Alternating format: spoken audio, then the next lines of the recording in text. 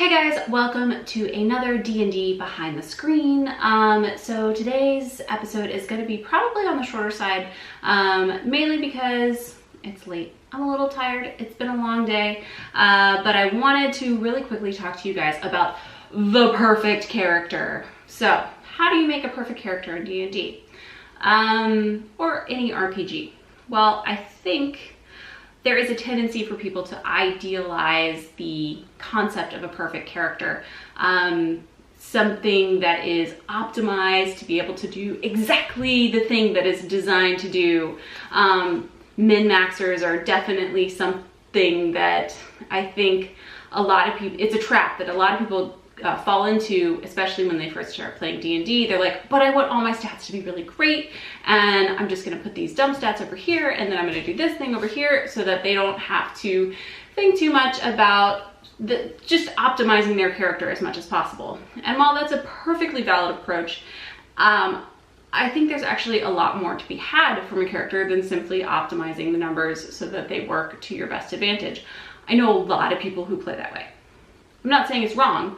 I'm just saying that for me personally, I think there are far more interesting ways that you can go about it. So, the other thing that people do is optimizing class and race. This goes kind of hand in hand with min-maxing. You know, making sure that you're going to choose a elf rogue because they're sneaky and they get bonuses to their dexterity, which is what you need as a rogue.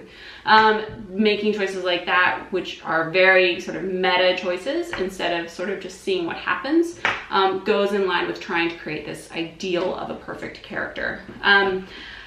You want to make the perfect killing machine, or the perfect healing machine, or the perfect magic usury machine. You know, there's always that idea that you could try to make a character that is the epitome of perfection. And I think that type of perfection, while it is achievable with ability score improvements, with really good rolls, with optimizing your race and your class, I think it is far more interesting to have a character that's slightly different. So what do I mean by that? Because random is kind of scary, guys. If you are totally random, you don't know what your stats are going to end up looking like. How are you going to function as a player? How is your party going to rely on you if you aren't perfectly optimized? Well, actually, they're probably going to be fine. So in D&D Beyond, if you guys have it, or if you've taken a look at it, there is actually an option to create for a random character generator. And it's just going to pull in all of the races and classes that are playable as players and just put it together, and then it'll build it whatever level you want it to. That is actually a really fun exercise to do. I had made some really random characters way back when I was starting my D&D group for the kids at school, and ended up with a bunch of really interesting characters, including a goblin cleric, which was really interesting. The kid who ended up taking it was like, I don't think I want to be a goblin anymore after the first session, because they had literally just spent time killing all the goblins in Cragmaw hideout. So yeah, that didn't work out really well, but it was really interesting, and it made the kid think about what their race was and how it affected their mindset, which if they had had in any other cleric, they probably just would have been like, yeah, okay, whatever. Like, that's cool. All right, I did a thing. But because it was a goblin, the rest of the players were like, you're a goblin. We just killed a bunch of goblins. Are you a bad goblin or are you a good goblin? And so they were faced with this dilemma of, do they let this goblin into their party, especially after having killed a bunch of goblins? You can also use the books themselves. So I know that I've talked about this before, but when Xanathar's Guide came out, one of the things that I loved is that it actually has tables for you to roll on to create backstories. So creating totally random backstories I think is also really cool. It is a really fun way. I have a character who I'm currently in love with, whose name is Varys, and she is a half-elf rogue. Yeah, I know, I did that, that's fine. But I rolled all of her backstory randomly to get my base, and then I wrote out the actual backstory. So, like, does she know her parents? Well, she has one parent alive and one parent dead. Where was she born? She was born in a field. What kind of life has she lived? A pretty wealthy one, actually. And so being able to roll on those tables that sort of like build out that, you can then build a story from it that you wouldn't have necessarily otherwise thought of. So being able to really think about your character and their motivations, along with sort of the randomization of it, makes it much more interesting as a player, as well as for the other people around the table, because there might be combinations that other people aren't necessarily thinking about. So the other thing that can be very random are your stats. So your ability scores pretty much make up everything about your character. And I know there's a lot of fear when people have to roll for stats. I always roll for stats. I do not do point buy. I always roll, which in my world is you roll 4d6, you take the top 3, so the highest 3, and add those together, and that is your stat number. I have described this to people before, and newbie players don't understand that once you get your 6 scores, you can place them wherever you want. I've had people actually build out characters just doing it in order, and that is a valid way to do it. That's not how I personally do it. I think you can be a little bit more strategic than that. I think there's a fine line to walk between min-maxing and just being a reasonable human being. Nobody wants a 6 constitution. That being said, it is super interesting to have a 6 strength as a rogue. My very first character, Kira Greystone, had a 6 strength, and at first my DM was like, this is your very first D&D character. If you really want to re-roll it, you can. And I was like, oh, let's see what happens. And it ended up being a really awesome place for me to put a jump stat. I could have put it in intelligence. I could have done something different with it, but I decided, you know what, I'm going to put it in strength. We're going to see what happens. She's a dexterity-based character. I don't know what I'm doing. And it actually turned into a really fun, like, in-game joke that she could punch people and heal them with her fists because she did negative damage to them. It didn't actually work that way. It was just a joke. But it did make for an interesting character story. Also, just recently this past weekend, we had a game where we had a new character come in. His name was Bob. And Bob was created because when the character was rolled, they rolled 5 10s.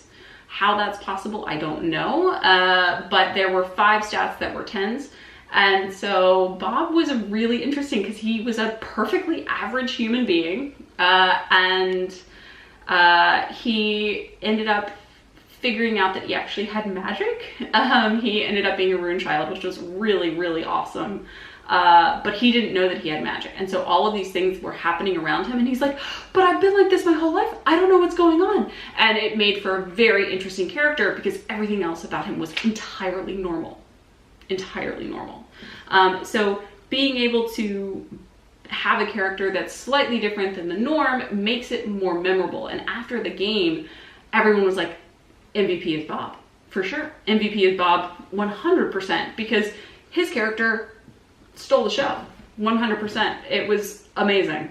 It helped that there was a really fun accent and that he interacted with us in a really interesting ways, but for the most part it was because he was just so unassuming, and the way the character was played was really excellent, and that just made it even more fun to find out that, like, literally he was an average Joe, which was awesome.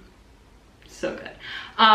So yes, so definitely take your time with your dump stats and think about them to make them more interesting. I know I've actually seen Matt Mercer and other people tweet that it's really interesting to have fun dump stats like a 6 in strength, because it adds to really interesting story moments, you know, not being able to hold on to that rope because you don't have the strength to pull yourself up, that sort of thing, or just punching people to heal them.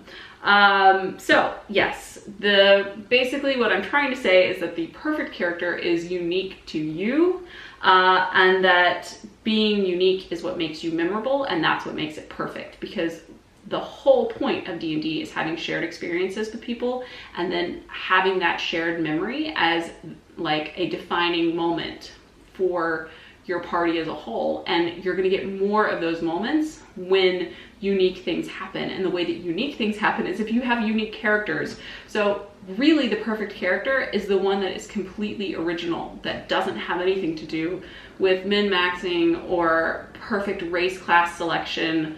I have a friend who was thinking about doing a barbarian, or doing I want to say she wanted to do a cleric, but she was like, no, it was a barbarian, I think. But she basically wanted to put 2 totally incongruous race classes together, like I really wanted to say it was like a halfling barbarian, And I was like, that's kind of cool. I don't know. Basically, try anything is what I'm trying to say, because the more out there and fun and crazy and random it is, and the crappier your rolls are for your ability scores, the more interesting play automatically becomes, just because of the starting foundation of your character.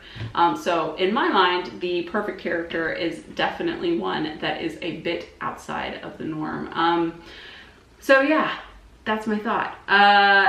What do you guys think? I mean, I think that everyone has rolled probably enough characters to have favorites. Don't tell the other characters. But you definitely have characters who are more interesting than others. And those are the ones that are really memorable. And those kind of become the ones that are the standouts. And they're the ones that are perfect, not the one who ended up rolling all 16s and 18s for their ability scores. So with that being said, I want to thank you guys so much for watching. Don't forget to like, subscribe, share, support us on Patreon. And until next week, I guess I'll see you guys in the next adventure. Bye guys!